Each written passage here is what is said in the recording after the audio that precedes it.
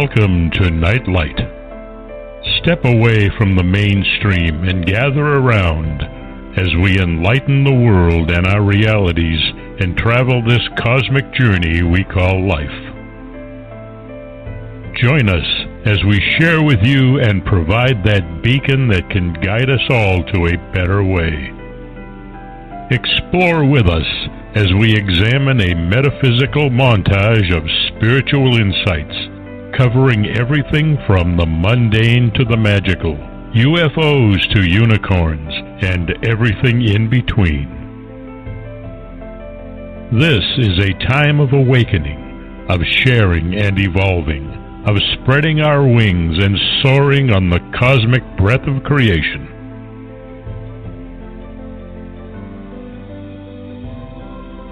Come and join with other light-minded spirits as we weave our lights together to seek understanding, enlightenment, and, with a little luck, some wisdom. This is Nightlight, a reminder that you are never alone. And now, here is your host, the lovely, delightful, insightful, and all-around great gal, Ms. Barbara DeLong.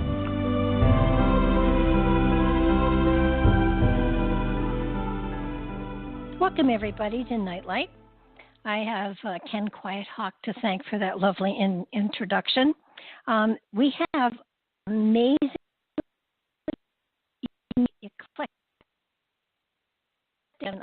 on the show with us, Bringas, and the early 1960s with his partner, where they founded a rock group that came to be known as the Ripcords. Recording on the Columbia record label, they achieved stardom with 5 hit tunes on the Billboard Hot 100 single charts. After that, he achieved a Master of Divinity degree from the United Theological Seminary in Dayton, Ohio, and was ordained as a minister of the United Methodist Church. He served the church for almost 20 years before venturing into academia, where he currently teaches religious studies at Glendale Community College in Arizona. Under their auspices, he previously taught these classes at Arizona State University, and he is a profoundly gifted man in many different ways, and his journey has been unique, to say the least. He's written an amazing book called Jesusgate, which I have read, and it is absolutely a phenomenal book. The full title is Jesusgate, A History of Concealment Unraveled, and it really is eye-opening, interesting, and enthralling. But so is his early career. So welcome to the show, Ernie. I'm so glad that you're going to spend time with us today. Thank you, Barbara. I'm here. That's a very interesting intro you have there. Thank with all you. The music, and who's that talking? Who's the gentleman that gives the intro? Isn't that a remarkable voice? Yeah. His name is Ken. His name is Ken Quiethawk, and he's a Native American storyteller. Ah, okay. And I heard his voice, and I said, "That's what I want for the intro." That's a good voice. Yeah, no. Yeah. I gave him a script. The last little bit, he ad-libbed on there for me. Oh, is that the one where he calls you beautiful and lovely and wonderful and exciting and just all things like that? Yeah, I thought I gave him a very spiritually oriented script, and then he ends with that. But I kind of like it, so I left it. Oh yeah, of course, it's a good one. No, he's your book I loved, and we will get to it. But I mean, I remember the Ripcords, and I remember Hey Little Cobra, and so you represent one of my favorite timelines in my lifetime. So we're going to go there first because that's a fascinating story as well. Sure, that'll be fine. We can go anywhere you want. Okay, well, let's start with the Ripcords because I remember American Bandstand, and I remember all of the stuff you talk about, and it's so neat to talk to somebody that was on the other side of the TV screen, was actually performing and met all these people. So how did the ripcords come to be? Well, I'll tell you, I was when I graduated from high school, I was at a malt shop across the street from Inglewood High. That's where I went to school. And this fellow that I knew, I didn't know him that well, but his name was Phil Stewart, but we had met in a cappella choir. And he was sitting in a booth, and I was getting a malt, and so we struck up a conversation, and I found out that he played the guitar. So I asked him, I said, well, I do a little singing, and he said, and then he invited me over to his house. He said, well, let's jam a little bit. So I went over, and we started playing. He started playing the guitar, and I started singing along with him, and boy, I thought to myself, hey, this sounds pretty good. So I told Phil, I said, let's go to Hollywood and become stars. I was just kind of joking. But Hollywood wasn't that far away, Barbara. It was only like 10 miles from Inglewood. Oh, okay. And so we made what is called a dub. It's like a plastic record. It's not going to last forever. It's not quite as durable as a regular 45. But you go into a studio and you cut what is called a dub. It's just a sample of your voice. And so we went in there. We wrote a song called Raindrops, and we recorded it. It sounded pretty good. So that's when we started running around all over Hollywood trying to get a recording contract. Well, it's hard. It's hard to get a recording contract. Yeah. And we got denied all over the place. So after and this went on for years. So after about 5 years, and I'm going to school all this time because I'm not banking, on ever doing anything with music. It was just more like a hobby. So I'm going to school while we're doing this, but we're running around Hollywood. After 5 years, we're exhausted. So that's it. We're going to quit. It's over. It's done. We failed. Yeah. So, and then one day that very summer, I'm sitting at my table, and I was always buying 45s, and I'm looking through all these 45s, and I'm saying, oh, look, here's Jan and Dean and the Beach Boys and all this stuff. And then I thought to myself, hey, Jan and Dean, they're recording for a recording company called Dory, and that's in Hollywood. But the label I have here is from Daywin, or actually it was Arwen. It's the same. One's a publisher, one's a music, one's record, but same company. So Arwen Records in Beverly Hills. So I'm thinking, well, Beverly Hills, Jan and Dean are not at Arwen anymore. They're over at Dory Records.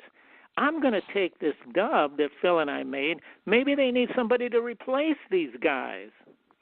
Kind of arrogant, I guess. But anyway, but you got to take a shot, So I called Phil and I said, Phil, let's go down to Beverly Hills. And he was all, no, I'm not going to do it, Ernie. I've had it. It's over. So I went by myself. And I didn't know it at the time, but this was Doris Day's company. So I waltzed in there with this dub, and the vice president was in it, and he listened to it, and he kind of liked it. And he said, well, let's see what we can do with it. We'll get back to you on this. Well, a couple of days later, he called, and he said, I don't think we can use this, but you know what? Doris Day's son, Terry Melcher, he was only about 19 or 20 years of age, but evidently Doris Day, who recorded for Columbia Records, the largest recording company in the world at that time, still is, got her son an A&R job there, and that A&R means artist and repertoire, meaning he would be a producer of records. And they flew Terry Melcher all the way to New York and trained him over there, and then flew him back to the West Coast. And we ended up being his first group that he was going to try. At least he was going to audition us. So they told us at Arwen, they're going to audition us over at Columbia. So Phil grabbed his guitar, and I went with him, and we went down there and with just his guitar and our voices, that's all, and we just auditioned. So we left Columbia. It's actually the CBS studios in Hollywood on Sunset Strip. anyway, we left. We didn't know what was going to happen, probably nothing. And then got a phone call a couple of days later. It was Terry Melcher, and he said, "Welcome to Columbia Records." Whoa. So my gosh, we were going to get a shot. It was unbelievable. And so that's how basically we got started. And when this happened, by the way, I was so excited. I don't know if you remember, there was a hair lotion called Brill Cream. Of course, a little dabble do you. Yeah, Brill Cream, a little dabble do you, Brill Cream, you look so debonair. Yeah, so anyway, I had a tube of that on my in the bathroom there, and I was so excited, I went in to brush my teeth, and I grabbed that tube by mistake. Oh, and God. I ended up, yeah, I know. Oh, good Lord, I was brushing my teeth with Brill Cream. It was awful. But anyway, that's just a little side story. But so we got started, and we had our first recording session in late in 1962. We recorded a couple of songs, and one of them came out called "Here I Stand," and it was pretty good. And you can still listen to it. I mean, anybody can Google the song "Here I Stand" or the Rip Chords, and you'll get all their songs. But we did pretty well with that, and so that was our first record out, and we landed in the top 100 of Billboard, and so we were on our way. Yep, that's how we got started. Is that too long a story? No, not at all. So, okay. So you just stop me if I roll on too long. Oh, no. We got lots of time here. So okay. It was just the two of you, but the pictures on the albums and stuff like that has four of you. I know. And there's actually six of us. Okay. But so here's what happened. So Phil and I, we go in and we do "Here I Stand." It's just the two of us, and I'm doing the lead, the harmony, the falsetto, and everything. Because Phil, he tended to be a baritone, and Terry Melcher, our producer, was trying to go for something a little more novel. So I just happened to fit that category. Phil actually sounded a lot like Johnny Cash. Oh my gosh, he's a double for Johnny Cash. Oh, wow. When I hear a Johnny Cash song, I think of Phil. I mean, it just sounds so much like him. But this was rock, and so they needed a little more punch, and I could sing falsetto, so that was a key there. Because basically the whole song is in falsetto. But anyway, so there's only two of us. The next song we put out was called "Gone," and that song was a hot rod song. And at this point, we added another voice. The voice we added was a friend of Terry Melcher. His name was Bruce Johnston. Bruce Johnston, after our group broke up, went on to become a Beach Boy. And he's still with the Beach Boys. Wow. So, yeah, he did. And he was a pretty good songwriter. He wrote the song, what is it? I think it was called "I Write the Song" that young girls sing. Yeah, remember they won an award for the best song of the year, and so he was pretty good, this guy. But he had a falsetto too. Do you know what a falsetto is? Yeah, real high. A real high voice that a guy usually sings. The Beach Boys do it. Jan and Dean did it. We were doing it. A lot of groups do it. So. But he had a particularly high. He could hit a note I couldn't hit. It was just above my range. Wow. And so we traded falsettos off and on, depending on during the course of our recording sessions, depending on the song.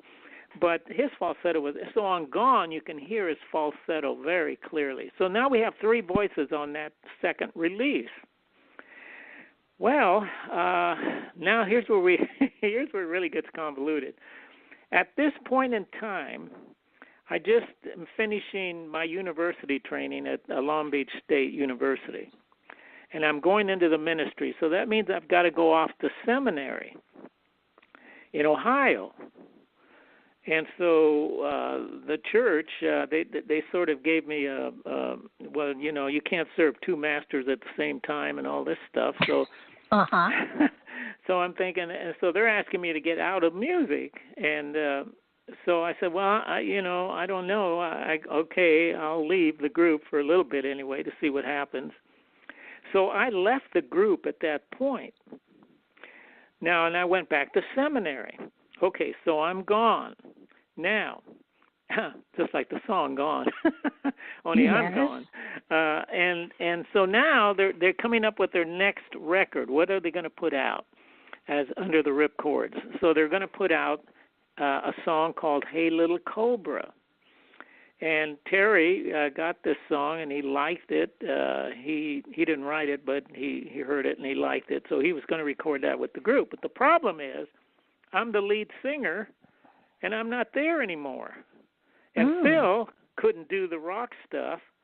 So now they're trying to figure out, well, who are we going to get to fill in for Ernie? So Bruce,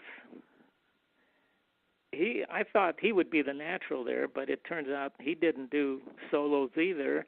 And it was Terry Melcher that filled in for me on that single. And he didn't know it at the time, and nobody knew at the time, but he turned out to be a great lead singer.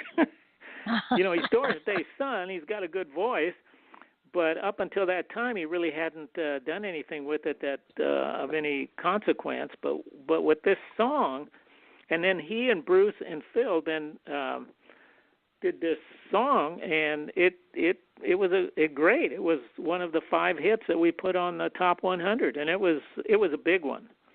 Mm-hmm. So the ripcords were really rolling now. Now the secondary problem was I'm still gone, and they're trying to figure out, well, who's going to go on tour, because Bruce and Terry are basically now, they're producers at Columbia. They're not going to go on tour. They're just there doing the music. And Phil can't go out by himself, you know. So they hired these 2 guys. Their names were Rich Rodkin and Arnie Marcus. They hired them to tour with Phil. Now, as far as I can tell, this was the first Milli Vanilli group. I don't know if you're familiar with Milli Vanilli. I am. But they were a group that there was a group in the studio recording, and the guys that went on stage on tour weren't the real guys that were recording. Uh-huh. So this became kind of a weird situation. I know we didn't really think about it back then, you know. But so here they went out as the Ripcords. They were on Bandstand with Dick Clark. They did a movie with called I can't remember. Something Summer. I can't remember what it was. But anyway, they did a movie with Raquel Welch, of all people. And so they were out there doing their thing, but they weren't really the Ripcords, except for Phil. The other 2 guys were just touring. So anyway, at that point, Phil called me at the school, at the seminary, and he said, Ernie, you got to get back here. You know, this isn't working, all this stuff. We need you back here. And I said, well, I don't know if I can go. So I talked to the bishop of the United Methodist Church. And he said, look, okay, go ahead. We'll give you the okay, not to worry. I'll take care of this. So off I went, and I came back to Hollywood, and then I started recording again. Our next record was Three Window Coupe. That was also a very big song. But the first 4 songs were our biggest. Here I Stand, Gone, Hey Little Cobra, and Three Window Coupe. And then we had another one that came out after that called One Piece Topless Bathing Suit, which sounds risque, but it's not. It's about a little girl on the beach who's only 5 years old or something like that, you know. But you don't know that till you get to the end of the song. And so it did okay, but it didn't do, you know, it wasn't terrific. And I was still going to school. And right about that time, the group sort of broke up. I was graduating from seminary, and I wanted to go full-time into ministry. Phil wanted to go into Western country music. Bruce and Terry were busy recording other groups and stuff. Terry actually became a very successful producer at Columbia. And so that's about it. That's a story in a nutshell. I did tour a little with Phil, and I toured when we started before Bruce and Terry joined in. We went to San Francisco and did some shows for the DJs up there, and So yeah, I got a little of that. It was kind of interesting because the girls, they kind of go crazy. I don't know why. I don't either. I think they just like to scream, to be honest with you. I think, yeah, something's going on there. I don't know what it is, but we're standing on stage, and they're, and they're down below me, and they're grabbing my shoes and my trousers, and they're pulling on me, and everything. It was really funny. Listen, that's got to be every guy's dream. Come on. Well. Yeah, I suppose. I don't know. It was kind of scary at the time. Well, yeah, I can imagine that too. Yeah, but it's what happens after. Sometimes it gets a little off key.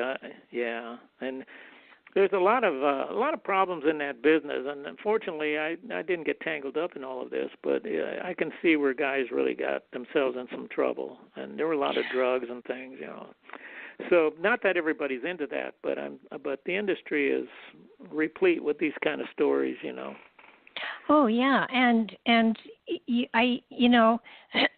you were in it at a time when it feels like it was really just starting out, so that there was a lot more innocence to it than there is today. Oh, there was. Yeah, at least in the music part of it. I don't know about the touring aspect. That's always been a problem, I think. But the music itself was very, very innocent. Yeah. Well, it's. I mean, I spent a whole afternoon listening to the ripcords, and it really took me back. Oh yeah. Well, they sounded a lot. We sounded a lot like the Beach Boys, and of course Bruce, who did some of the falsettos. I did about half of them. He did the other half. So. He, we do have a lot of the Beach Boys sound in the Ripcords music. So there's a lot of duplication, yeah. But it was, it was absolutely it was so much fun to go back and listen to all that music again. It's been a very long time, but I do remember it. So, yeah. Of course that dates me terribly. There's a, which, were you listening on the internet, or did you have a recording, or how did you? Was it a CD? Listening. No, I was listening through Alexa, actually. Oh, okay. Oh, interesting. Yeah, there was a CD that was put out, I guess about 10 years ago by Sundazed Music, who got the music from Columbia Records, and they're the official sponsor of our music, and they put together a CD called The Best of the Ripcords. And these other two guys that I told you about that weren't singing on the songs at all, but they were touring with Phil? Yeah. Well, they revised the Ripcords back in the early 90s, I believe it was. And they're still out there on the road, passing themselves off as the Ripcords. And what people don't understand is that none of the guys that call themselves the Ripcords today ever sang a note on the Ripcords music. And then they took advantage of the Best of the Ripcords CD that we put out. They put another CD out called The Best of the Ripcords Today. So they added Today on there. And now when people go they're trying to find the Best of the Ripcords, sometimes they buy the wrong one because it seems to have the same title. Amazing. So it's kind of crazy, yeah. But that's the business.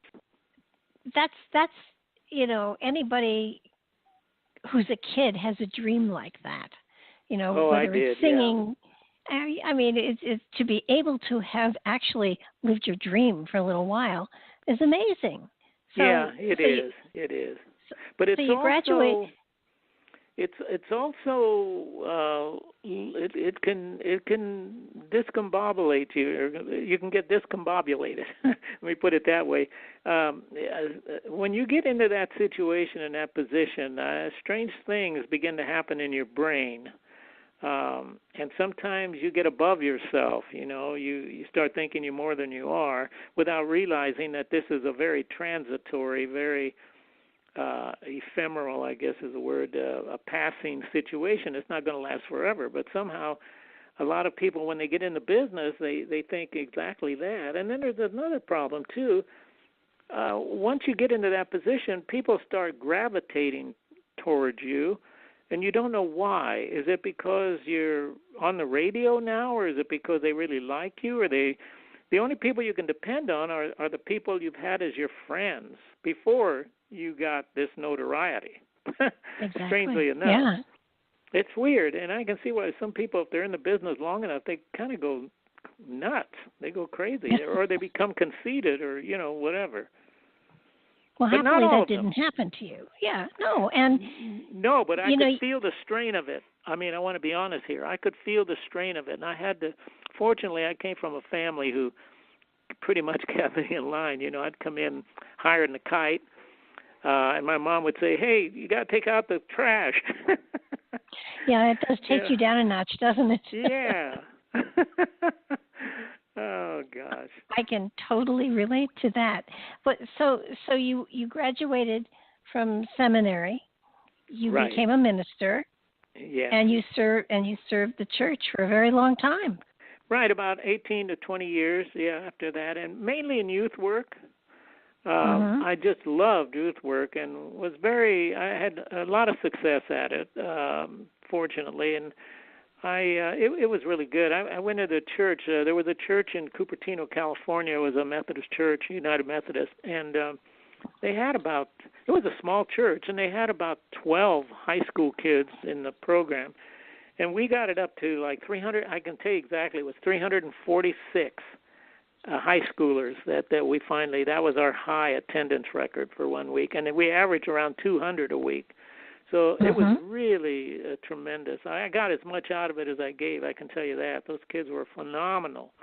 And it was just a real blessing all the way around. It was wonderful. Okay, so when you left that, you went into... Then I took a church, a pastor. I pastored at the Dixon United Methodist Church and the Vallejo up in Northern California, United Methodist Church. And then I got a call from a pastor in Lubbock, Texas, and evidently they were making a national wide search for a youth minister, and they had heard through the grapevine that I had done pretty good, fantastic job actually with the youth that I'd worked with in several areas, and so he contacted me and he said, well, if you'd like to come to Lubbock, we'll, and so but I didn't want to leave Dixon. That's the church I had at the time. So I said, no, so I turned it down. But then 2 years later, he called me back and he said, I'd like to come out to California and talk to you about this. So I said, well, okay, you can come out and talk to me. So we met at a Mexican restaurant, and this was sort of like, the Godfather scene, I'm sitting in this restaurant. This older gentleman's on the other side. He writes something on a piece of paper and he folds it and he passes it across the table to me. We were talking about salary at that point, and I was asking well, what is this? What's the compensation? So he writes this on a piece of paper, folds it, and shoves it across the table to me. So I grab it and I open it up. And I'm thinking, holy smoke, this is twice what I'm making right now. I mean, this is double my salary. And I'm thinking, but I don't want to get all excited to make him think like he offered me too much, I don't want to make him feel like, gee, I could have got him for less, So I just played along, and I said, well, this sounds reasonable, and so then we talked about some other matters, and so anyway, I got hauled off to Lubbock, Texas for 3 years, and I served as a youth pastor up there for that time. And that's when I decided after that, and I wanted to do something different. And and I was growing increasingly impatient with my own, if you don't grow mentally or spiritually or however you want to put it, then you're stagnating, and so life should be a process. I mean, you should never stop growing.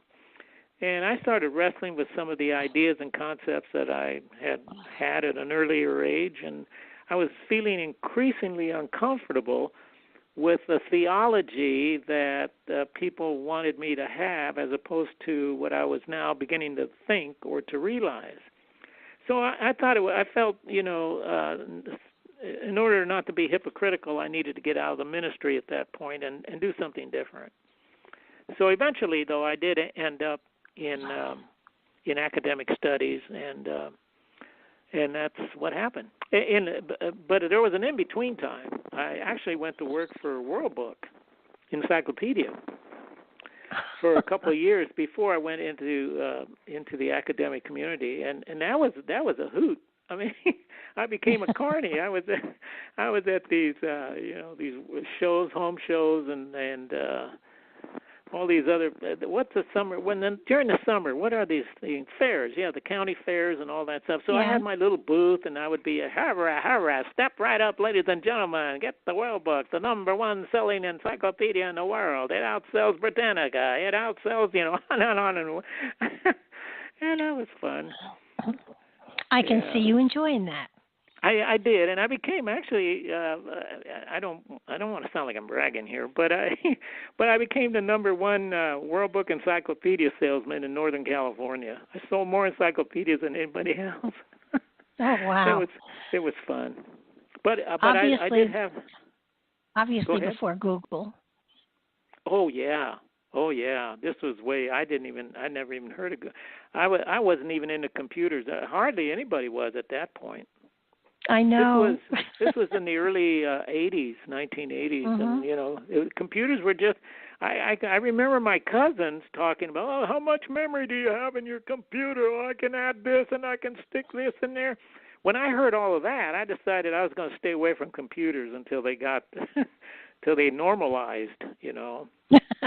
I figured it was like eventually I could just plug something in and it would work, and I wouldn't have to go add things and change things, and so that's what I did. I didn't get into computers till much later. And actually the college is the one that made me do it, because, once you get into the academic world, then they expect you to put your grades and stuff online and all that stuff. So I had to learn, and that's the way it was. But yeah, so I sold encyclopedias for a while, and before I went into the teaching. And teaching, oh gosh. I enjoyed youth work as a minister so much. It was wonderful, and now I'm doing the same thing in another way. I just love teaching, and it's so much fun. I love my students.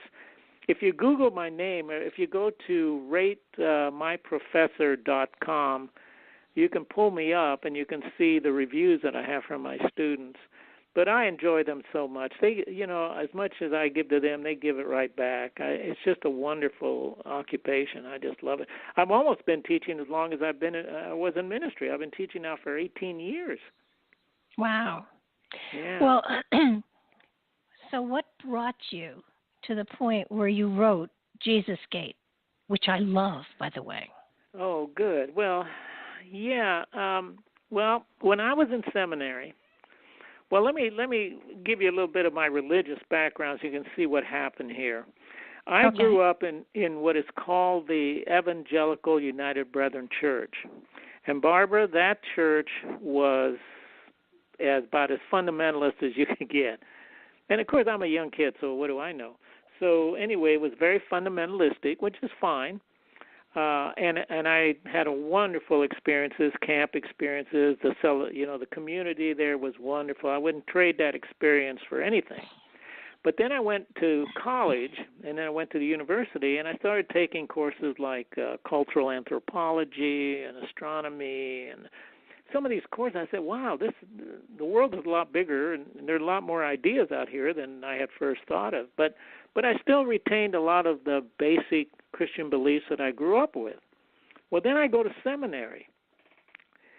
Seminary has a whole bunch of information that I never even heard of before. It was almost like there was a parallel Christianity in the academic community that was not found in the local church. Mm-hmm. And Barbara, the difference was incredible. It was like night and day. I mean, you're thinking, what in the world? Well, how come I never heard of this stuff? All these things they're teaching me in seminary, how come we're not being taught this at the local level? Why isn't this in the church? So I'm sitting there in one of these classrooms at seminary, and we're all talking about this. Well, how come the church, this, that, and the other? And I happen to say, boy, I'll tell you what, one of these days when I leave seminary and I have all this information, I'm going to write a book. Or I'm going to preach about this when I get into the pulpit. I'm going to be telling people about this stuff.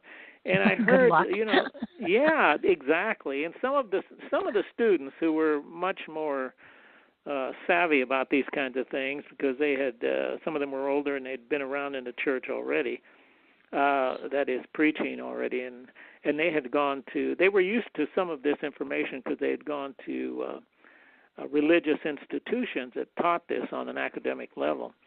So so I said, anyway, I said, I'm going to write this down, and I'm going to talk about it in the pulpit, I'm going to preach, and, and they started laughing, and I didn't know, what's so funny? Yeah.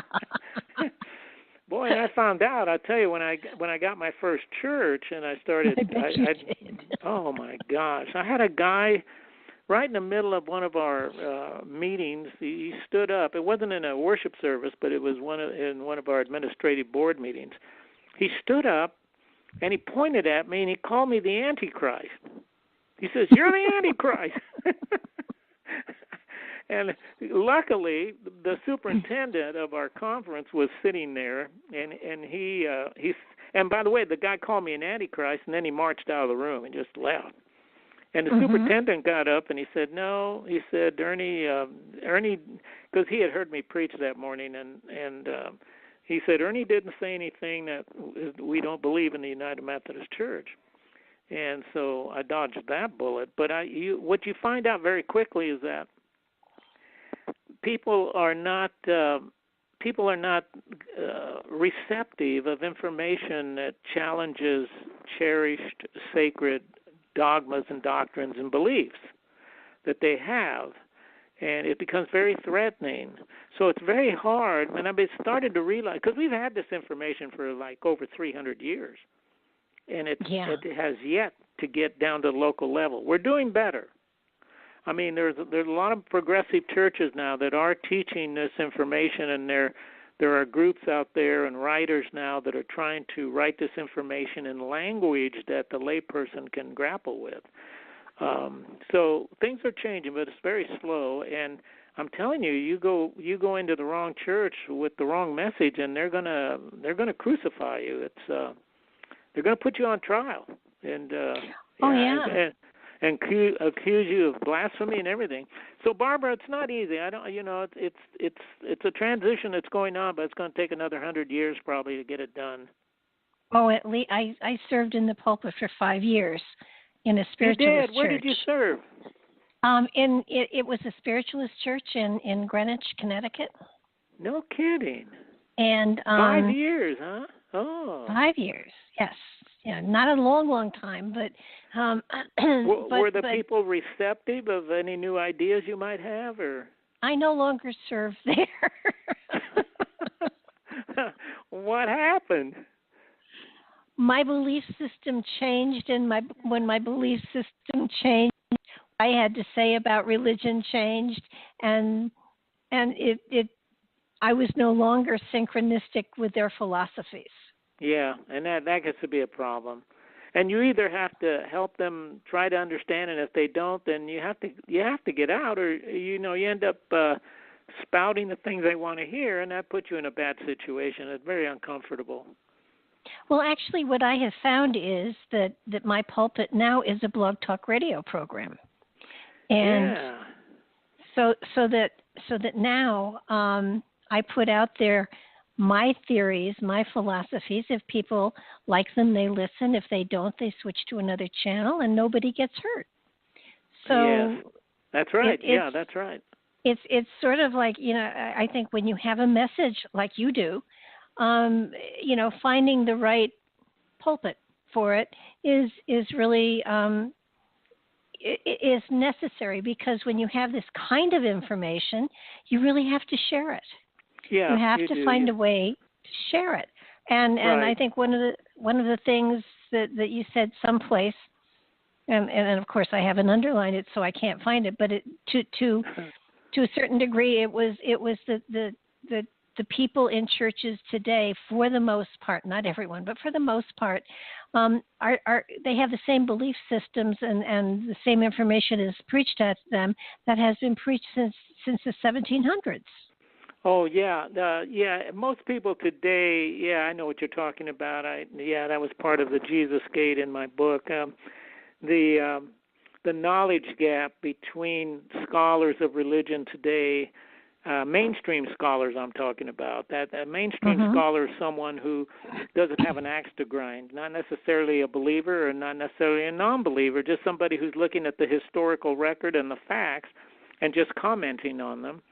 But these are the facts that are very disturbing for some Christians because they seem to contradict a lot of what is held to be sacred. So there is this knowledge gap, and most people today are living with a religious mindset that predates the 17th century.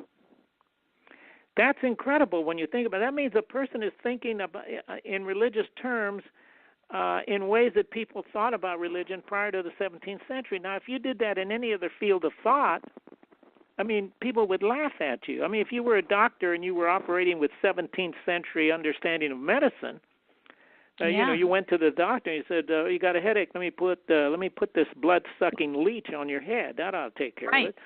And you would say, "What?" So it's or if in astronomy, if you were thinking with a 17th century mind in astronomy, you'd be obsolete. You'd be so far behind the times, people wouldn't know what you were talking about. And that's what's happened in religion. Well, I think what really upsets me is that with the internet, with so much information available, people don't question and look. People don't, it's just, But one of the problems, Barbara, with the internet is that you can find the information is so broad and it goes to extremes.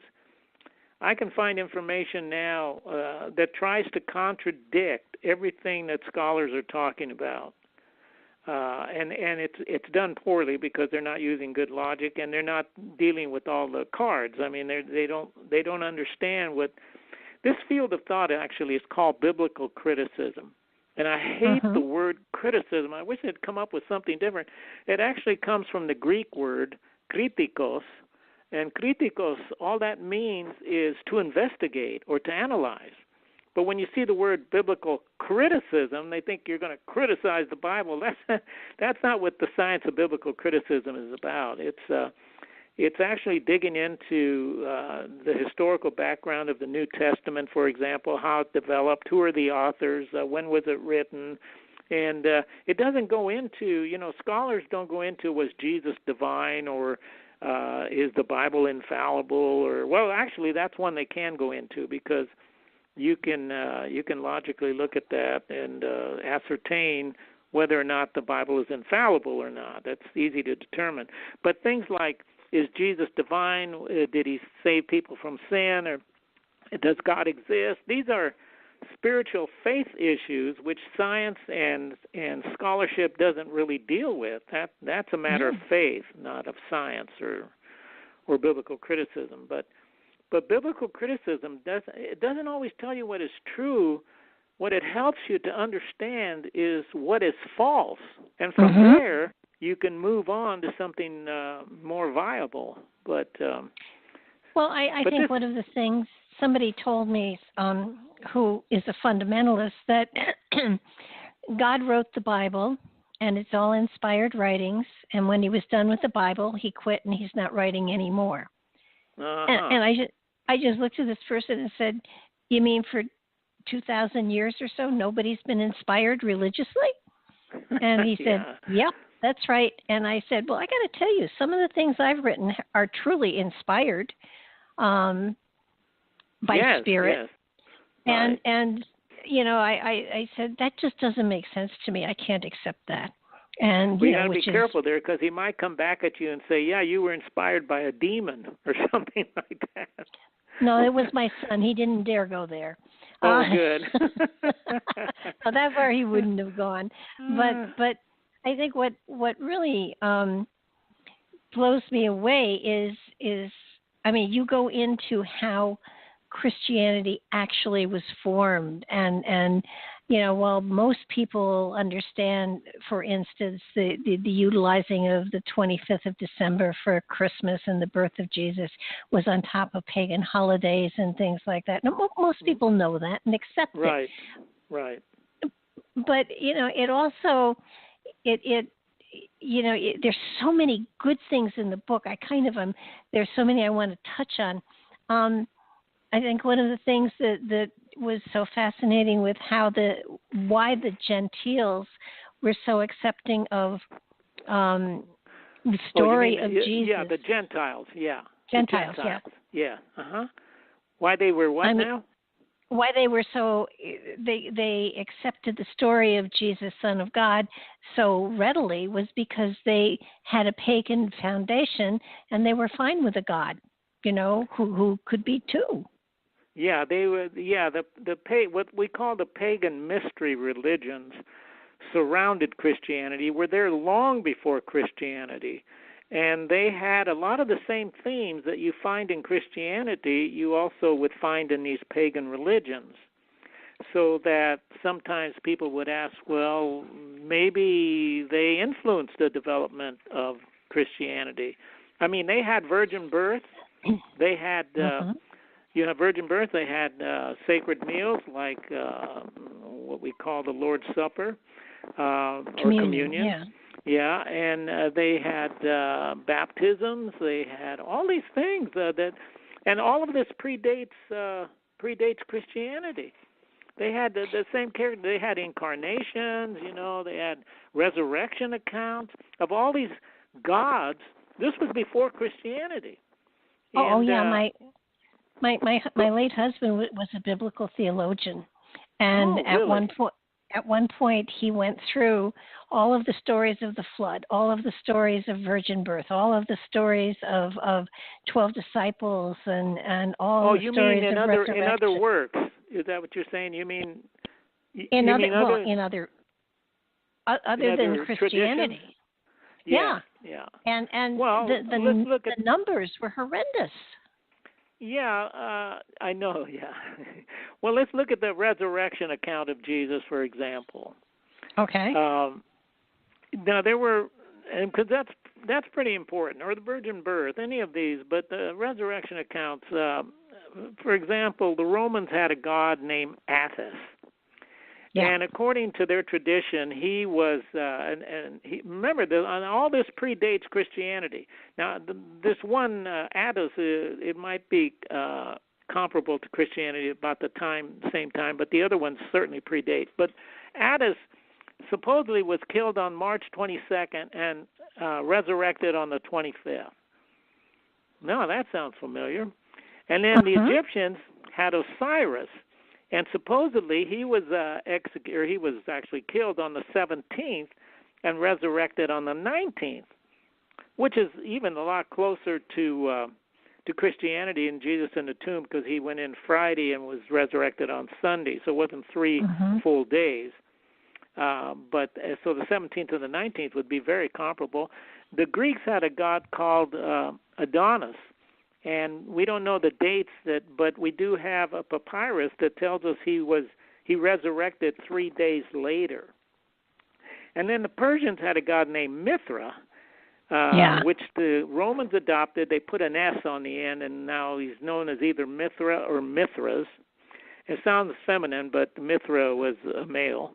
But this guy. And this is 500 years before Jesus. This guy was born of a virgin. He was born in a cave-like setting with a manger. He had shepherds. He could perform miracles. I mean, all kinds of. So now all the scholar does is note this, Barbara. He doesn't. He doesn't make a decision as to. But what this tells us is one thing that a scholar can say, and that is that Christianity did not develop in a vacuum. All of these religions, these pagan religions, surrounded Christianity and predate Christianity, so the scholar and everybody else naturally has to ask, I wonder how much influence these concepts and ideas had on Christianity. You can't get away from that question.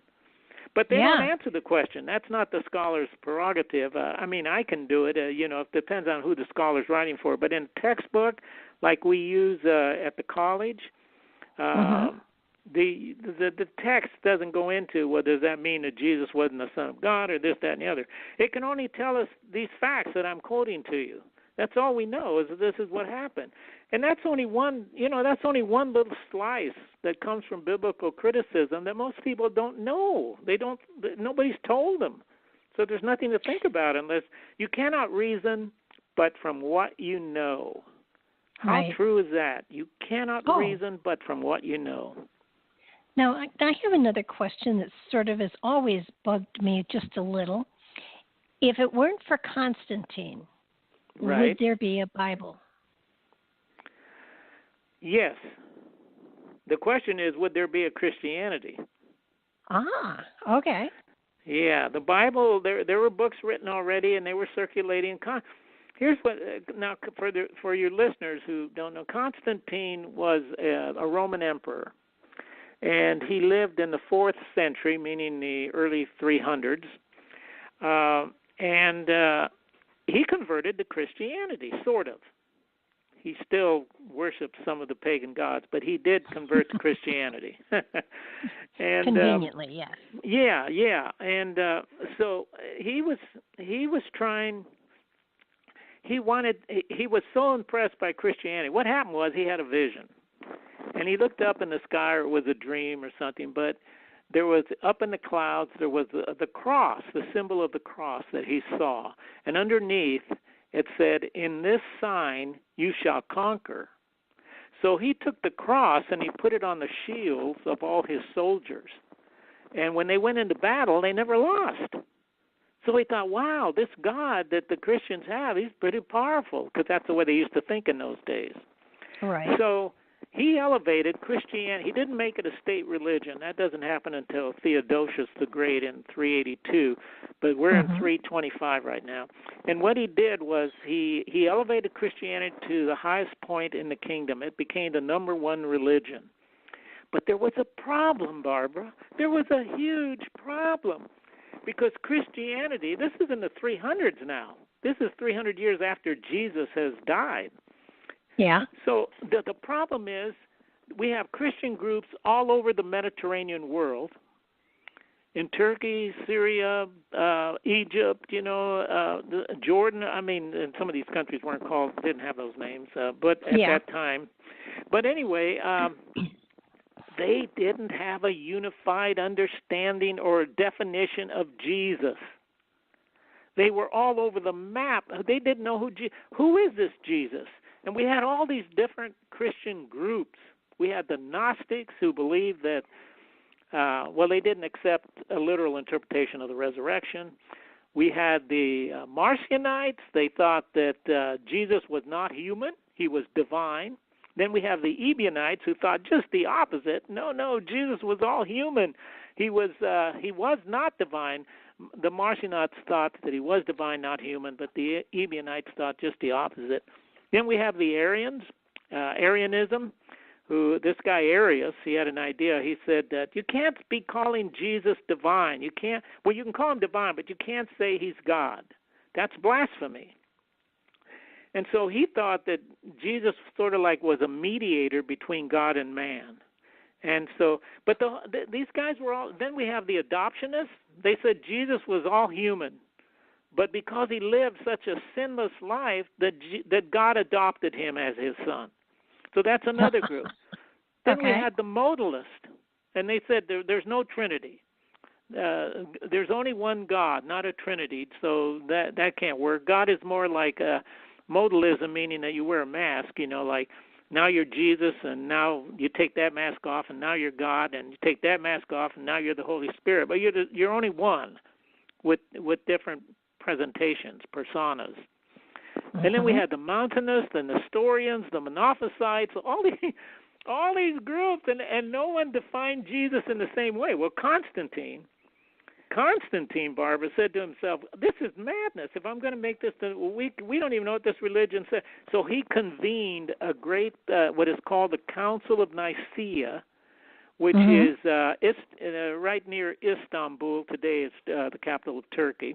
Back then it was Constantinople. Actually, it was Byzantium. They kept changing the name. But anyway, so he convenes bishops from all over the Mediterranean world, from the church. They all convene. They're going to settle this question as to who Jesus is. Mind you now, this is 300 years after the fact.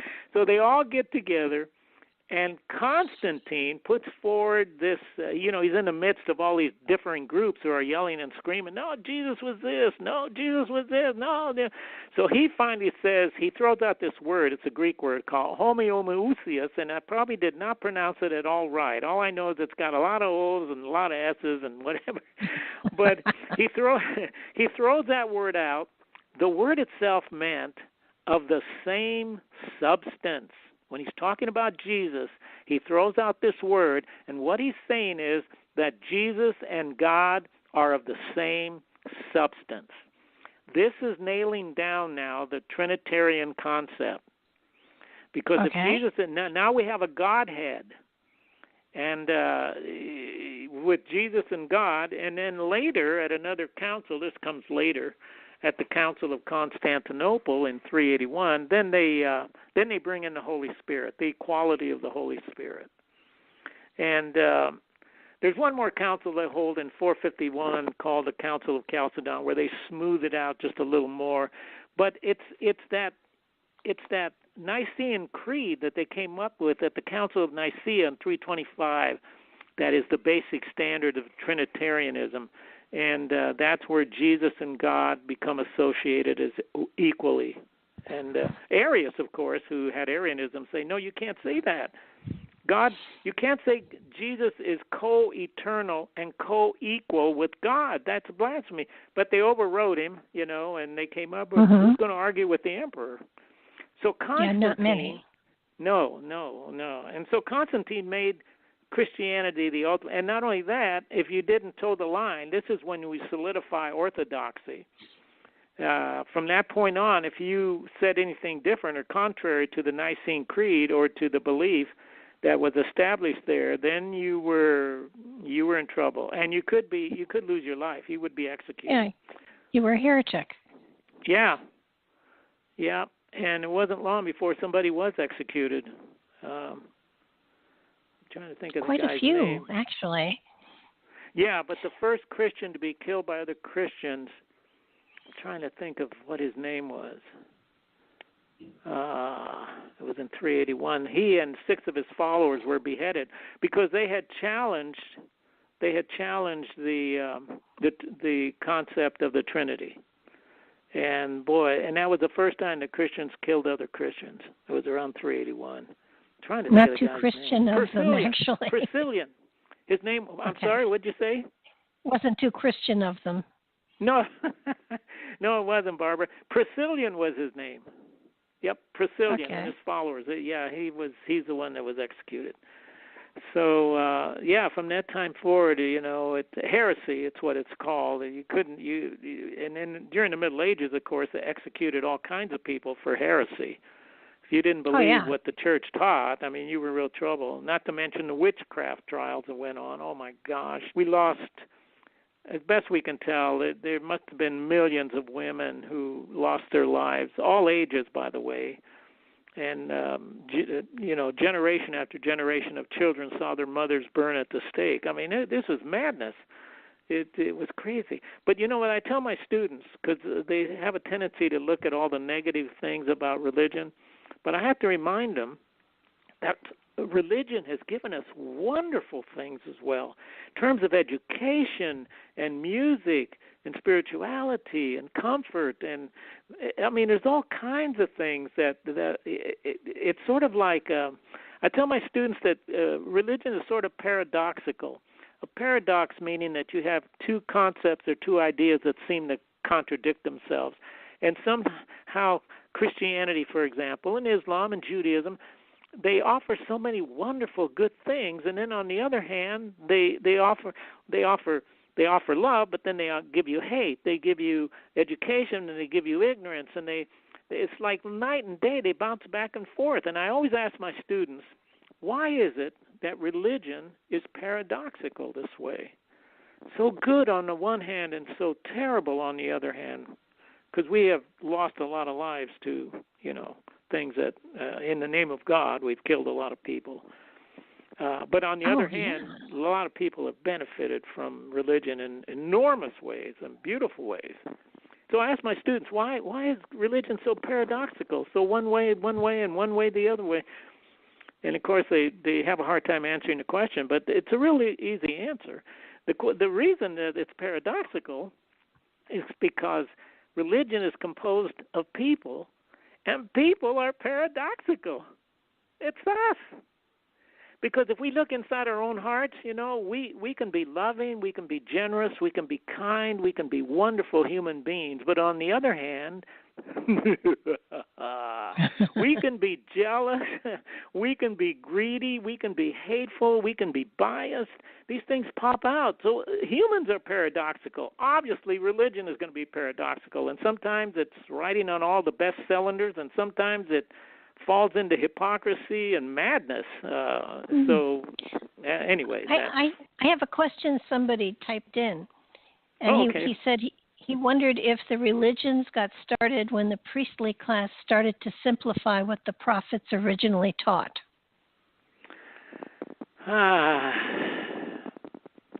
Is he talking about the prophets of the Old Testament, I wonder? Yes. Okay, read me the question again now. I wonder if the religions got started when the priestly class started to simplify what the prophets originally taught. Well, actually, the priests didn't simplify it. They exacerbated it. They made it worse. In other words, you start all religions and religious thought, and it all starts out very simplistically. And then it begins to build on itself. And in Christianity, for example, we have the priest, for example, in Judaism, which later, after the time of Jesus, become rabbis, and teachers, but sort of the same thing. And but as you can see the timeline, that the religion becomes more and more and more complicated. Religions build on themselves, and they build on the religions that precede them. This is actually a technique called syncretism, which is generally used primarily for just religion. And syncretism basically means that one religion will borrow and change, modify, add to rituals and concepts of the former religion and make it something totally new, but it's much more complex than the original. And priests and ministers and everybody does this as we go along because it's evolution. That's what. Think of it this way: the Model T car, the beginning of religion, compared to what we have on the road today. It just gets more and more serious and more complex as we go along. Mm-hmm. So my answer to his question would basically be that if we reverse those, then it would be true, I think. Well, it's. What you said is true, but that hasn't happened to religions from the pulpit for sure. Because here's the thing. If you look, where did Christianity come? This is what I call syncretism. Okay, Christianity, where does it come from? It comes from Judaism. So think of it as a waterfall. You have one waterfall spills over. So you have Judaism spilling over into Christianity. Then you have Christianity spilling over into Islam. A lot of people don't realize that Islam, Christianity, and Judaism are all connected. Christianity derives from Judaism. Islam derives from Christianity and Islam. They just connected. It's one building onto the other. And the Muslims, Islam, they basically, because they came 600 years in 622, that's when Islam gets started. AD, 622 AD, that's almost 600 years after the time of Jesus. Why do we need another religion? Well, because they thought that Christianity had perverted the concept of monotheism. Islam is very monotheistic centered. And they felt that because when you start talking about the Trinity, now you've got a Godhead. And if you've got a Godhead, you've moved from the singular to the plural.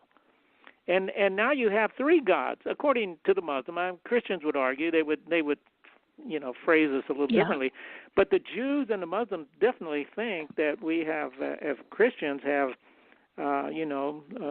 misused that Trinitarian concept. They have perverted monotheism, is what they're saying. They got a point. I mean, I was just going to say, yeah, it makes sense. Yeah, they got a point. I don't know if you've ever read the Trinitarian or the Nicene Creed or the Trinitarian Creed. I'm telling you, man, when you read that thing, now I don't know what it was like in Greek, because originally it was written in Greek. But reading it in English, I don't know halfway through it, I don't know what they're talking about. It's the one is the two, but the two aren't the one, and the one should be the three, and this, that, and the other, and this was before, and this was after, but it should have been, and could have been, and would have been, and might have been. I mean, you go through that, and you're thinking, what is all this? But Barbara, to be fair to religion is always trying to explain the unexplainable. All we can do is couch what we think is truth in the best language that we have, and the language is insufficient to clearly picture the mystery that we're dealing with. So mythology and some of these doctrines are naturally very metaphysical, hard to understand, and beyond the physical, meaning the supernatural, but they're hard to understand, and rightly so. I mean, if we knew the mystery, then there wouldn't be a mystery, and then we'd have all the answers, and then we'd be God. Yeah, we're never going to get there. Not this year. Not this year. Well, no. I think what gets to me is that when you take away the mythology, when you take away the absolutes that churches and religions give to you, the dogma, and you just look at even the first four books of the New Testament, Mark, Matthew, Luke, and John. And I know I said that, as most people will think that's wrong, but that's the order in which they were written, kind of. And when you start to understand that those four books, weren't even the earliest books written. It was Paul's stuff that was earlier than those. And when you when you begin to understand that what's being put together are not, it's not a flow of information. It's like taking an article from Playboy and an article from Reader's Digest and an article from Sports Illustrated and trying to make them fit together. Yeah, exactly. Yeah, you're spot on. We can take the virgin birth as an example. Okay. Now, all of Paul's writings, and a lot of people don't realize this, like you said, because the books are not in the order they're written in the New Testament. The Gospels are written much later than Paul's writings. So you have all of Paul's epistles, meaning letters. You have all these letters that Paul wrote to some of his churches that he had established in the Mediterranean world. So he's sending out these letters in response to questions they had. In all of these letters, now, his writings occur somewhere, and I'm going to round out the figures here, between 50 A.D. and 65. The first gospel to be written was Mark. Even though it doesn't appear that way in the New Testament, Matthew appears first. The only reason Matthew appears first is because it's a longer gospel, and it incorporates both the birth of Jesus and the resurrection appearances. Mark doesn't have that. So the early church figured, well, this is a better story, so we'll put Matthew first. But actually, Mark was written first.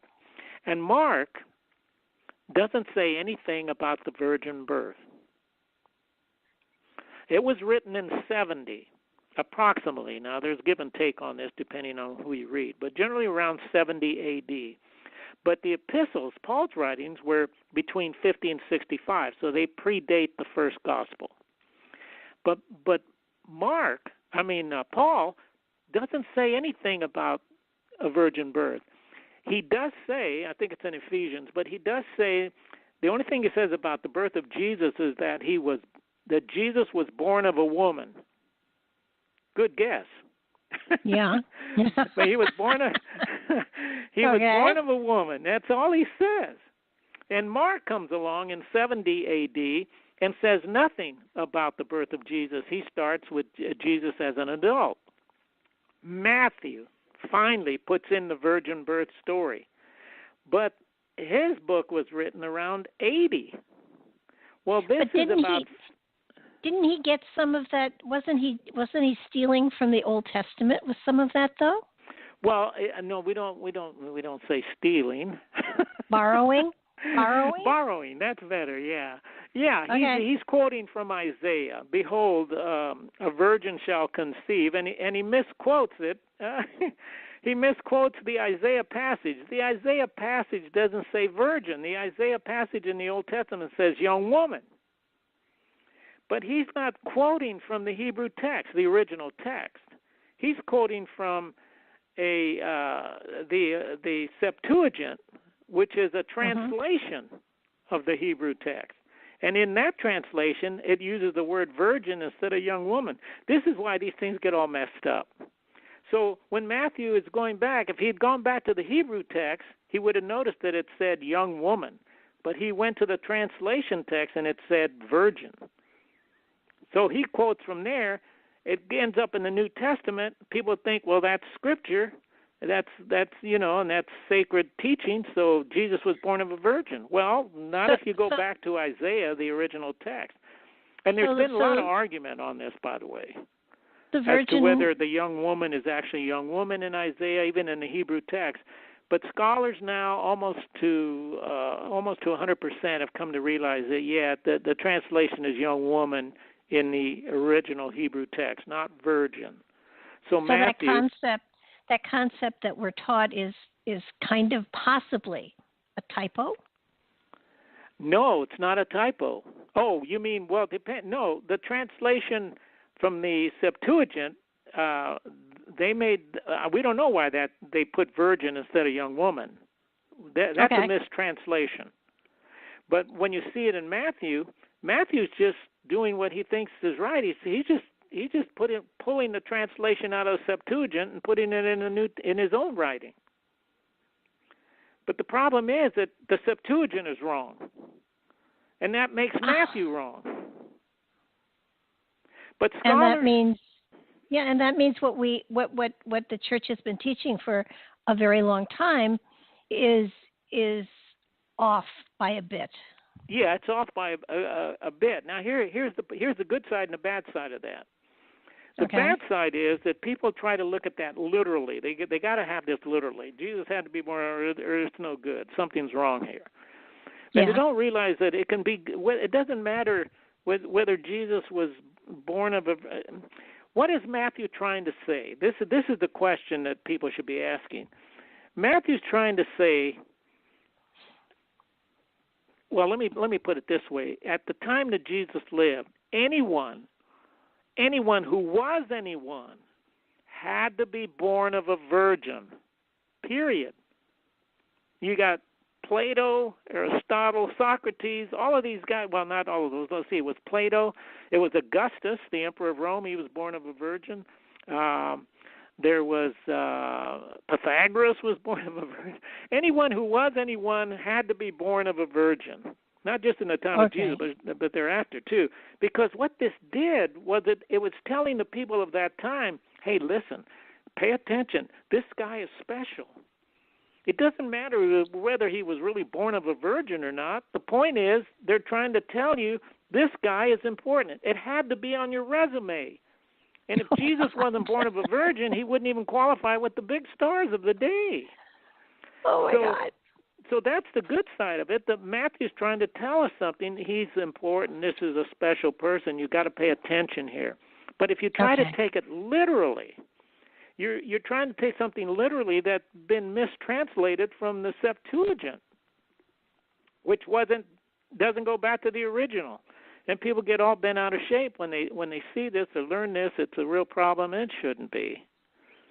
It's just one of those things. Now, you might ask, well, why don't the scholars, if the scholars know Matthew made a mistake, why don't they just change the virgin back to young woman?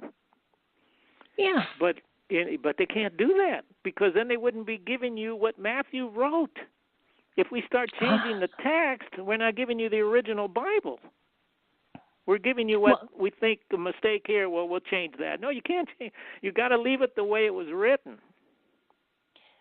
But wait a minute. There are parts of the Bible that have been put in after the fact.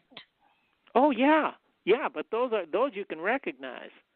Oh, okay. See, Matthew, the virgin story does come from our earliest documents. That Matthew did write that, as far as we could tell. But there are other pieces of the Bible that we have in hand now that we know were not part of the originals. And the reason we know that is because we can compare 3rd century manuscripts with 4th century. Everybody was writing these by hand. They're copying them. We don't have Xerox or anything, or copy machines or anything like that. So they have to handwrite every Bible. Over 15 centuries this occurs until the printing press. After the printing press, everything stays the same. But over the years, we can compare an 8th century manuscript with a 3rd century manuscript. Oh, look what happened here in the 8th century manuscript. Oh, my gosh, they changed it, or they added something. The Lord's Prayer, for example, in the King James Version of the Bible, that was produced in 1611, I think. And anyway, it's one of our first printed works. Well, in there it says the Lord's Prayer. Everybody knows the Lord's Prayer. And the ending of the Lord's Prayer, for thine is the kingdom, the power, and the glory forever. Amen. Right? Mm-hmm. Well, you won't find that in our new translations. They leave it out. They won't put that in there. Why? Because they found out that our oldest manuscripts don't have that rendition. That was something that was added around the 10th century in one of the copies. Somebody was copying, and they thought, oh, we'll put this in there. This sounds good. Or it might have been in the margin. Yeah. But when we compare them back to as close as we can get to the originals, because we don't even have the originals, by the way, and a lot of people don't realize that. The earliest, any of the texts? Of them? None of them. The earliest gospel we have of Mark is around 250. Well, that's a couple hundred years, and people have been copying this, manuscript over the last for 200 years before we even see what the thing was. And if you look at what happened after 250, we can see the changes are occurring. The manuscripts are continuing. Here, let me put it to you the way one of the scholars put it. He said, we have right now about 5,700 Greek manuscripts of the New Testament. Because remember, we're talking about centuries of people copying, recopying. So we have about 5,700 Greek. And he put it this way. He said, you can't find one chapter in any of these thousands of Greek manuscripts that will agree with each other. That's a little scary. It is scary. Now, let me put that in perspective so you don't freak out, so your listeners don't get too upset. Some of these are so minor, a misspelled word, a comma in the wrong place, or some, some of them are minor. Some of them are major. Some of these additions and changes are major. But mostly of all, having said that, a lot of them are just inconsequential. They really don't do anything or change the text or the meaning of the text. But there are some things in there that have really been changed, and that's good to know, because the new translations are giving you a better idea of what the originals said, at least as close as we can get back to the originals. And you don't want a Bible with things that had been added in the 7th century or the 9th century that had nothing to do with the original text. So these new translations are good. And we'll keep doing that as time goes along, as we find new books and new old text, and they'll have to keep revising. What's the harm in putting back in the Apocrypha, or putting in some of the? There's no harm in it. Actually, most of the new translations now have the Apocrypha, but here's the thing.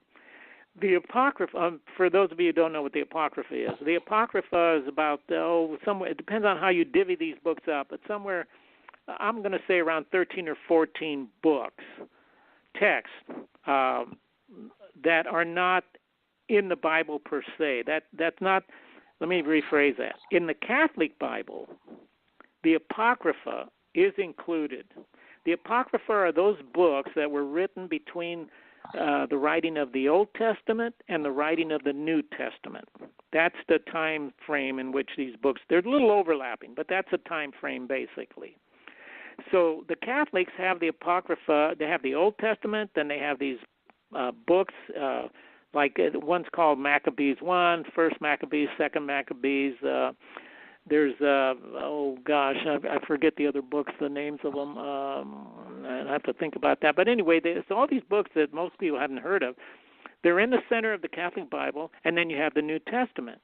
So for the Catholics, the Apocrypha is sacred literature. For non-Catholics, I hear a phone. For non-Catholic, it's not sacred literature.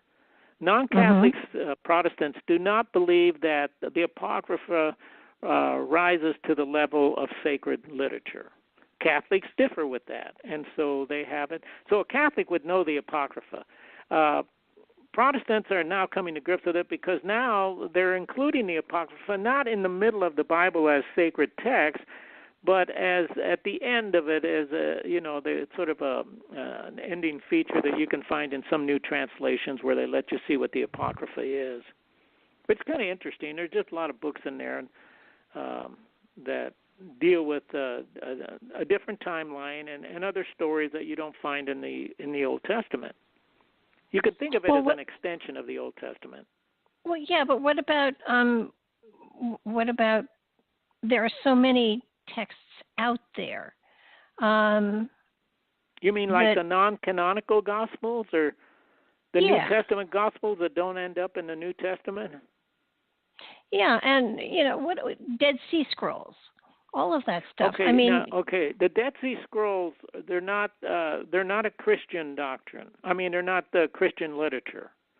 They're basically about the Essenes. The Essenes they were a group of people who lived at the time of Jesus or around that time that were really disgruntled with the Trump administration. In other words, they were not happy with the rabbis, how they were running the synagogue and all this stuff, or the priest, I should say, how they were running the synagogue and all this. So they just up and left, and they went to what is called the Essenes went to they're up there. Thank you. Say that again. Qumran, the Qumran community. So they're up on this mountaintop and looking over the Dead Sea, and they've isolated themselves, and eventually the Romans have to come and get them, and they do. And the group finally disappears. But in the meantime, they had written all these, what we call the Dead Sea Scrolls, and it gives us a lot of information about that time period. Some of those are also duplications of the Old Testament text. But the Dead Sea Scrolls are very informative, and it gives us a window into the time that Jesus lived. But there were other texts that were written. These are what we call the canon is the New Testament, what we have now. But there were non-canonical books, meaning that there were many books in circulation that didn't make it into the church decided, no, we're going to have these 4 Gospels.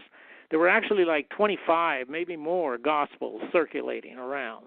There was the Gospel of Ruth, the Gospel of Truth, the Gospel of the Infancy Gospel of Thomas, the Gospel of Philip, all these Gospels. And so out of all this, they picked these 4. And so the non-canonical Gospels that are floating around, they're really interesting. They got some really fascinating stories. They're almost too fascinating, and that's probably why they didn't get in. They didn't get into the Bible. I mean, in the Gospel of Philip, for example, this is really kind of a weird. Do you know what a lacuna is? A lacuna when you get an old manuscript, you know, and it's old and it's deteriorating, and you got to treat them really delicately. And a lacuna means that there's either a hole, you know, like a hole in the document, or it's unreadable, it's smeared, or something's wrong, or it's missing. So in the Gospel of Philip, here, let me see, I got it right here. I'm going to read this little story to you. Let's see, the Gospel of Philip, chapter 63 says, "And the companion of the Lord was Mary Magdalene." Okay. And and then it says, the disciples said to him, "Why do you love her more than all of us?" Because he loved her more than all the disciples, and he used to kiss her often on the... And a hole. And there's a lacuna. There's a hole in the manuscript. Jesus used to kiss her often on the, and then we don't know. Of all the places to have a lacuna. Oh, my gosh. It's funny. But anyway, that, you know, it could have been on the lips, the forehead. I mean, we don't know what. But anyway, it would have been nice to have that that included. But then there's the infancy gospel of Thomas, where you have Jesus. This is a gospel about the childhood of Jesus. And when he's 5 years old, you know, he's doing all kinds of mischievous things. He has all his powers. Basically, he's killing people right and left. He bumps into little boys. Wait. He brought him back to life. Yeah, at the end. Yeah, but first he because he repents and he thinks, "Oh, what have I done?" And but basically, as a kid, I mean, he bumps into a kid and he kills him. He says, "You dunderhead, you'll go no further," and strikes him dead. You know, and then the father complains to Joseph, and then he makes the father blind. You know, he blinds all these people, and he kills one of his instructors, and it's just all kinds of weird stories in there about Jesus. He was so terrible as a child. But then at the end of the gospel, he brings back everybody to life, brings them all back to life, and takes care of everything. So you can see why that didn't make it in the... But when you stop to think about it, that's typical of a 5-year-old. Or a young kid. Yeah, that would be. That's true. Yeah. I mean, but we can't depict Jesus as. I mean that that's. Well, here's another reason they don't include some of these books is that they're written much later. Okay. There's much. There's a rule of thumb in textual criticism. The further a document is from the event it is describing, the less reliable it is. Just like the manuscripts that I was talking about the New Testament, the further out you get, the less reliable they become because people are changing them, they're adding to them, exacerbating them, exaggerating them, or putting in their own thing, and so they're less reliable the further out you get. So when you get into these non-canonical Gospels, a lot of them were written much later. Infancy Gospel of Thomas, though, was written I think that was around 150, and that's not real late. Right, and you use a phrase often in your book, the early bird gets the worm. Right. So if all of these texts were arranged chronologically, even the Old Testament, right? I mean, would the story be different? It would cause a lot of pause. It would be hard. It would be hard because you can't even put the Gospels together because there are a lot of books that were written between each Gospel. So the Gospel of Mark would be, somewhere here, and then after 3 or 4 other texts, then you'd find the Gospel. It would be really hard. I think the church was wise to do it the way they did. The only information we have about, because Paul doesn't talk about Jesus that much. What he says is important, but there's very little about Jesus in Paul's writings. And you have to remember that Paul didn't have the Gospels. None of them were written, so he didn't have any of those stories, at least not in writing. So, it's but if you just put it the way in true chronological order, it would be a little hard to follow. And the Gospels are basically the only information we have about Jesus. There's very, very little, a couple of statements about what the Roman senator calls Christus, and so he is mentioned outside the New Testament, but there's really no information about Jesus. All we have is what's in those Gospels. Yeah, and even Josephus didn't say that much about him. No, and what he did, and Josephus was a Jewish historian that lived shortly after the time of Jesus, and he did write about the Jewish history, very important. His book's called The Antiquities. Boy, I'm telling you, that guy really did us a favor because it helps us to understand that whole time period. But he does mention Jesus, yeah, he does. In a small paragraph, he does relate to him. Did not also Pontius Pilate write of him as well? No, Pontius Pilate did not write of him. No, we have nothing from Pontius Pilate. Huh. We have the story of Pontius Pilate washing his hands of Jesus. Yeah. But no, we have nobody writing about Jesus outside of the New Testament. We have references to Jesus outside of the New Testament, but very little said about him. Yeah. So but all he's still recognized as very few, if any, scholar would deny that Jesus was a historical person. He definitely was a historical person. That's pretty well determined. Yeah, absolutely. Yeah. I just, you kind of, and, you wonder then about the quotes of things he said, if they're coming so far after his death. Well, that's the other issue. We know he lived historically, but the question is, for scholars, can we get back to the real Jesus? This is what is called the quest for the historical Jesus. Can we really, we know what his followers and those that came after him said, some of his followers, what they said about Jesus. But can we get back to what Jesus actually said? And that's a whole different, they've been arguing that since, I don't know how long. I think it was Albert Einstein, not Albert Einstein. Who am I thinking? Schweitzer? Yeah, Schweitzer. Thank you. The quest. I must be getting old. It's the quest for the historical Jesus, which was written in the early part of the 20th century, and the first decade actually. And he wrote a book called The Quest for the Historical Jesus, which is a classic because it raises all these questions about, can we actually know the true words and sayings of Jesus? And scholars are still debating that because the books were written so far after, and we don't know how much doctoring they've had, and we don't have any of the originals. Like I said, 250 is the first Gospel of Mark that we have, and that's not even a complete one. And we don't even have the full 27 books of the New Testament until the year 367, when Athanasius, who was a bishop of Alexandria in Egypt, he's the first one to mark out the 27 books, and that traditionally marks the 27 books that we have in our New Testament today. But that's over 300 years after, and a lot of these documents, we don't have the originals, and we don't know if they were changed, and we don't even know who wrote the Gospels, because the Gospel names Matthew, Mark, Luke, and John, those names were added to these documents in the 2nd century. The church, to give them importance, the church added these names.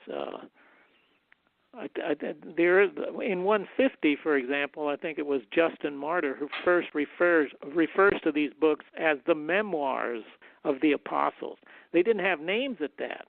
And it was about 30 years, they didn't have names at that time, but about 30 years later, then I think it's Origen, the church father Origen, which eventually he does name them. He puts names to these books. Well, now we're in 180, somewhere around there. And but up until that time, we think the books are anonymous.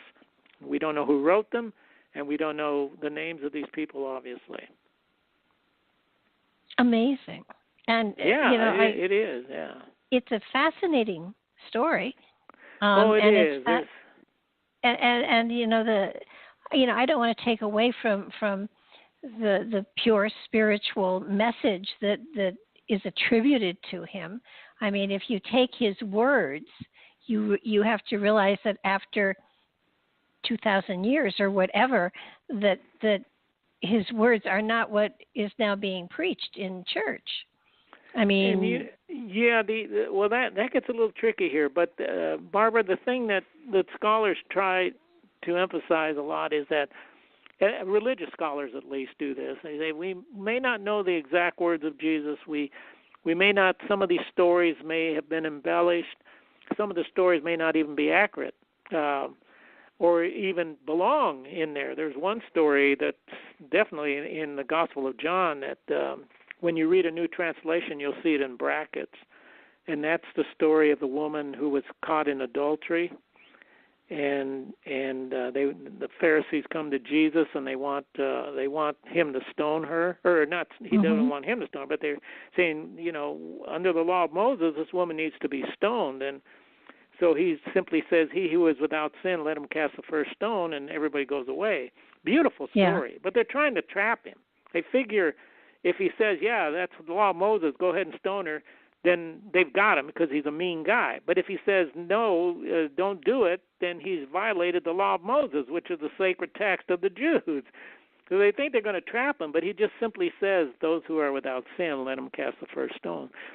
So that's a beautiful story. But if you see it in your new translations, it has brackets at the beginning of the story and brackets at the end of the story. When you see brackets in the New Testament, that means that story does not appear in our earliest New Testament Greek documents. It was added at a later time. Probably never happened. But it doesn't matter. I love that story myself, and I think to myself, well, it came out of that time and out of the spirit of that time. And sometimes even though if the story may not be right or the words of Jesus may not be right, what religious scholars say is that the essence of what Jesus was and what he taught, that's what the writers are trying to express. That's what the people of the time are trying to express. His essence, what he was, what he meant, what he tried to say. And that's what's important to take away. There's a lot of good things in the New Testament that prove to be quite viable. I think it's many of the parables. Good stories, yes, absolutely. Yeah. And a lot of good ethical and moral teachings and things like that. Yeah, I'm all for that stuff.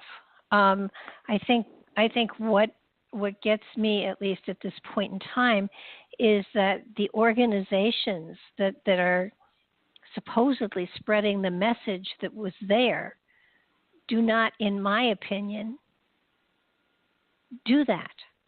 They're institutions that have been set up for control of humanity as opposed to the education of humanity. I think there's a lot of truth in that. I also believe that there are a lot of genuine, and I know you believe this too, there are a lot of genuine good people in religious structures across the world, whether it's Christianity, Judaism, Islam, whatever, who are trying as best they can to communicate as best they can the central message of what they consider to be truth and uplifting within their religious structure. I tend to be a little eclectic, meaning that I can see the value in different religious structures, whether it's Hinduism, Buddhism, Islam, Christianity, Judaism. They all seem to have something beautiful to offer that might be missing in the other religion.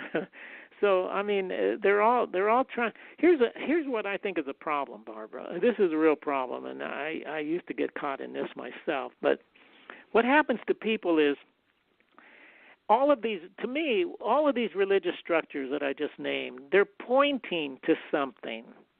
They're pointing to a spiritual realm. They're pointing to what they think is spiritual truth. They're saying, hey, there's something beyond this. There's got to be more than what we have. They're pointing. And what happens is that people fall in love with the structure instead of what the structure is pointing to. In other words, it's my way or the highway. They fall in love with the structure. If you're a Christian, for example, you say Christianity is the only way to God. Well, that's nonsense. Or if you're a Jew, you might say the same thing. That's nonsense. You can't be the only way to God. If you're the only way to God, there's going to be a lot of people in hell. That doesn't, if there is a hell. And that's debatable too, but we won't get into that. I mean, when you go way, way, way, way, way, way, way back, there were no religions.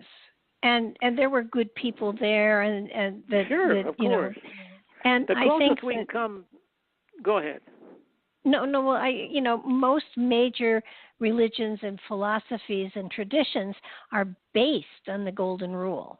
Yes, that's true. And that is a fundamental basis. Teaching of all religions. Yes, absolutely. Yes, that if that is your truth and you follow that, you are leading a spiritual life. Yes. And people who quote you chapter and verse and don't understand what it means are doing nothing but being parrots. Exactly. And I think it was a philosopher, Poincaré, I think he was French. But he said the difference between people is not the difference between what they believe and don't believe. The difference between people is between those who care and those who don't. So I think the way you live your life and how you express your kindness and your tolerance, and if you stay away from getting too dogmatic and this is the only way. I don't care if you're liberal or conservative. You can have all the knowledge in the world, but that doesn't make you a spiritual person. It doesn't even make you a good person. It might help you get there, hopefully, and might lead you away from bad kinds of theology and things. But that's not the whether you're liberal or conservative. It's how you live your life and what you're doing with it and how you respond and act with other people. That's what's important. Oh, absolutely, and that's why, I came to a point where it was more important to be spiritual than it was to be religious. Yes, that's a good way of saying it. Yep. It's not that I think religions are great, and I think you're right. They do a lot of good in the world, but they also restrict people in their understanding of where we came from and how we came from there, and the directions that we need to be, that are open to us to go in. Yeah. And yeah, I agree. Every individual, everybody has their own independent truth, and they should be honored for that truth, not condemned if it doesn't conform to what is expected of them. That's right. Yep, I agree with you 100%. Hey, you're into spirituality and that sort of thing. Does that include, have you ever gone to a seance or anything like that? I've conducted them, yes. Really? I got to tell you Yes. one of my experiences at a seance. Okay. I went one time, and we were in a circle, and the medium, I guess, was right beside me. And we were all holding hands, and I was holding her hand, and everything was quiet and it was dark. And then all of a sudden, she went hysterical. She's right on. I'm holding on to her here. She was hysterical, and she started laughing. That's what I mean by hysterical. She was just laughing and laughing and laughing as hard as she could. And the lights came on. She kept on laughing, and I shook her hand a little and tried to bring her out of it. She wouldn't. She just kept on laughing. So finally, and I hate to say this, but I slapped her. I just slapped her across the face. And then she was startled, and she kind of woke up, and she looked at me, and she said, "Why did you do that?" And I said, "Because my mother always told me to strike a happy medium." Oh, God. I'm sorry. I had to tell you that little joke. Yeah, no, that's a good one. Well, wait, while you're telling jokes, tell about the monk that was copying the Bible. I mean, if you're going to tell jokes, tell that one. Oh, okay. Well, first we have to. I'm sure all your readers know what celibacy is. Celibacy is, of course, you can't have sex, and all the priests and everything. You got to be celibate. So anyway, that is an introduction. There's a story told about a monk who, again, this was back in the Middle Ages, and they were at the monastery, and they were copying the New Testament text. You have to keep copying it because they wear out. So he was copying there, and he just thought for a moment. He said, we keep copying these books. I wonder if we have any of the old originals, or at least close to the originals, because maybe we're making mistakes. Maybe we should compare what we're doing here with what they did, a couple hundred years ago. So he asked the head guy, if there were any of these old antiquated texts around, manuscripts. He says, yeah, they're down in the basement. We keep them under lock and key, but if you want to see them, sure. So he gave him the key, and he goes downstairs. This poor guy, which is about 80 years old, and he goes down, and he unlocks the vault, and he goes in there and reads. Okay. Well, a couple of days go by, and one of the guys upstairs says, hey, have you seen John? And he said, no, we sent him downstairs a couple of days ago, but he hasn't come back. Well, he hasn't come back. Maybe he had a heart attack or something. Well, we better go see what's happened. So all the priests and the monks and everything, they all go down there, and there's John, and he's crying, and he's banging his head up against the wall. Oh no! He said, oh no! And it's John. What's the matter? What's the matter? He said, look at this old text. Look at this word. The word said celebrate, not celibate. So and anyway. that could be true. Yeah, wouldn't that be something? Oh, these poor guys. Too much. Well. No, well, again, when your priesthood or those who are supposed to be teaching us religious facts aren't, the material is out there, and it's really important for people to check it out. I'm not telling people what to believe, but I am telling people, and even Jesus said somewhere, to question everything. And hello, are you there? Yeah, I'm here. Are you there? Oh, okay. Yeah, you were cutting out a little bit. But you're back. That's okay. I heard you. Okay. Though. So in questioning everything, that meant what he said. That meant what somebody from the pulpit tells you, and it's important to take it back. I mean, Strong's Concordance is right on the internet. You can. I know one of the issues I had a couple of days ago was, the phrase that was attributed to Jesus saying, "Thou art Peter, and upon you will I build my church." Church, right? Uh-huh. So there were churches then. Everybody was a Jew. Yeah, everybody was Jewish.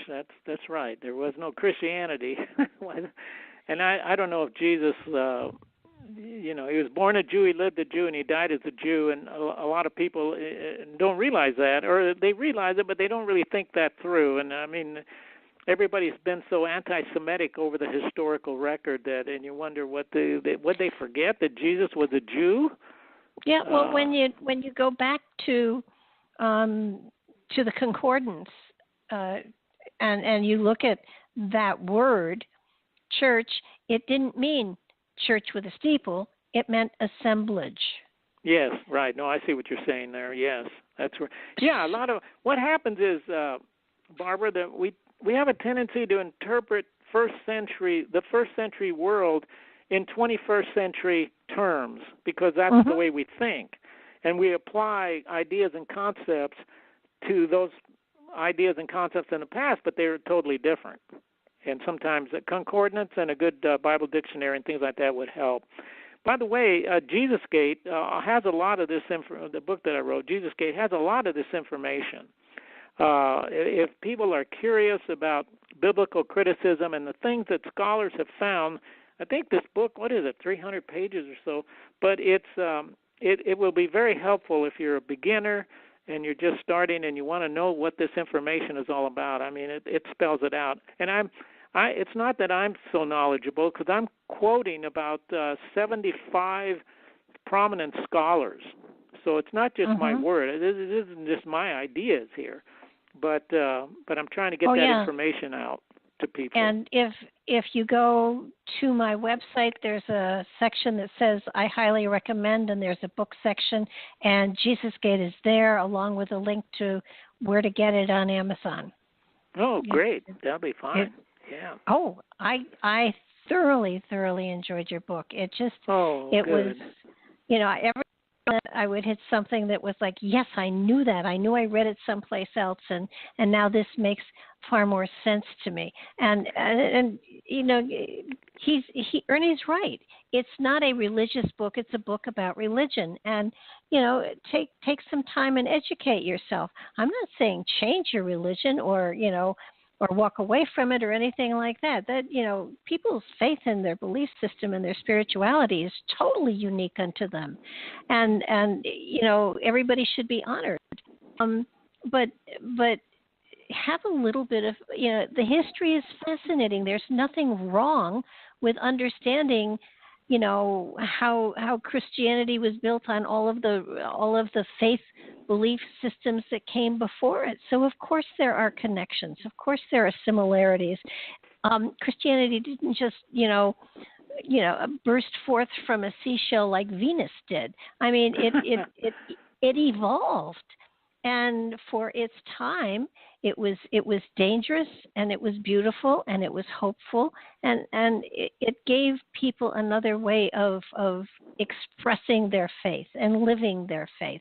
And what has happened to it over the centuries, you know, I'm not happy with it. I think it's a big corporation now. I mean, at least churches, and I don't think it truly to this day represents an expression of spirituality. But that's just for me. That's my own personal belief. So, you know, well, that's a good one, Barbara. I think you summed it up pretty well there. But I also have hope in the church. I think it has the possibility of transformation, and I think it's going through a transitional period. And it'll have to become more of what you're talking about. Otherwise, it's going to die. I mean, it is already having some problems, and so yeah, but I agree with what you just said. That was wonderful. I think that people are more and more getting in touch with their own spirituality, and there should be places where they can get together and share their philosophies and share their theories and work as groups to manifest a greater good for everyone. I think that's important, and today it's kind of tough, and your book, you know, helps people to understand a lot of what's gone on, and it you know, Jesus and Buddha and Muhammad and all of those guys, they were amazing men with a story of peace, love, and compassion. And you know, how many times in how many centuries does someone have to come forth with that concept to tell you that this is a better way of life? If you incorporate this into your life, it's far richer and more full of love.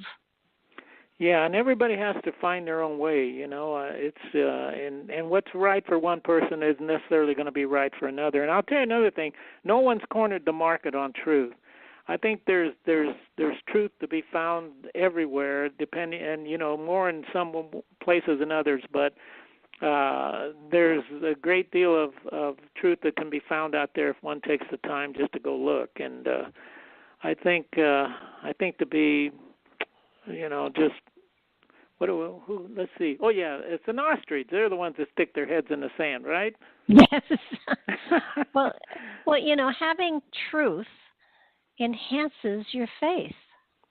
Yes. Yeah, I think so too. A lot of people think that these things weaken your faith, but they don't. They push you into a different reality and a different form of struggle, and it makes you stronger, and it makes you gotta. The idea is to get in line with reality, not to be living in some fantasy that you have to explain later when you're getting older and it doesn't work, and you're trying to figure out why is this happening to me.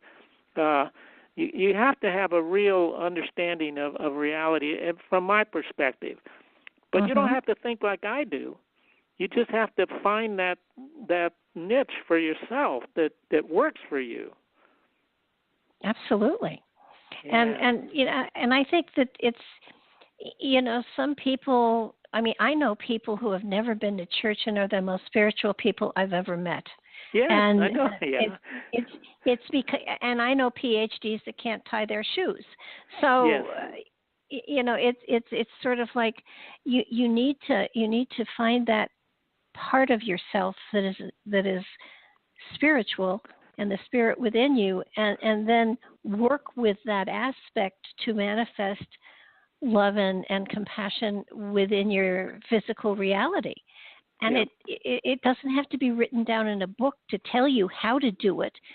To be honest with you, babies are born trusting and full of love. They are taught hate, and they are taught bigotry, and they are taught fear.